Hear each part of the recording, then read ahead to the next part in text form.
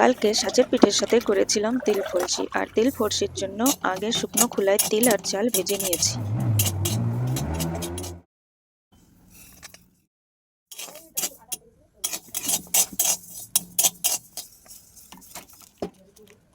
তো এইদিকে দুধ গরম করার জন্য বসিয়ে দিয়েছি, আর এই যে ভাজা তিল আর চাল ভালো করে শিলনোড়ায় বেটে নিচ্ছি। আর আতপ চালের গুঁড়ি একটা আলাদা পাত্রতে নিয়ে আমি ভিজিয়ে রেখে দেব। এখানে দুধ ভালো করে জাল হয়ে গিয়েছে, এইবার তিল আর চালের গুঁড়ি সামান্য সামান্য করে মিশাতে থাকবো।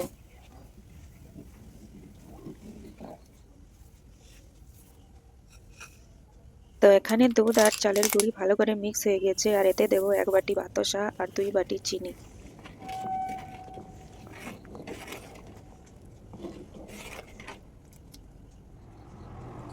এখন আমি দিচ্ছি এতে সামান্য পরিমাণে লবণ, আর আতপ চালের গুঁড়ি যেটা আলাদা করে ভিজিয়ে রেখেছিলাম ওইটাও এতে দিয়ে দেব। এখানে আমার তিল ফলসি রেডি হয়ে গিয়েছে। এখন আমি 2টো এলাচ দিয়ে দিচ্ছি, আর গ্যাসের ফ্লেমটা অফ করে দিয়ে দেব এতে আমি ফলসি। এখন আমার তিল ফলসি একদমই রেডি।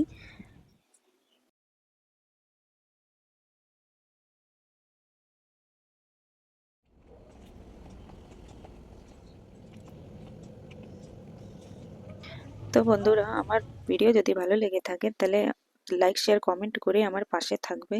তো দেখা হবে আবার নেক্সট ভিডিওতে।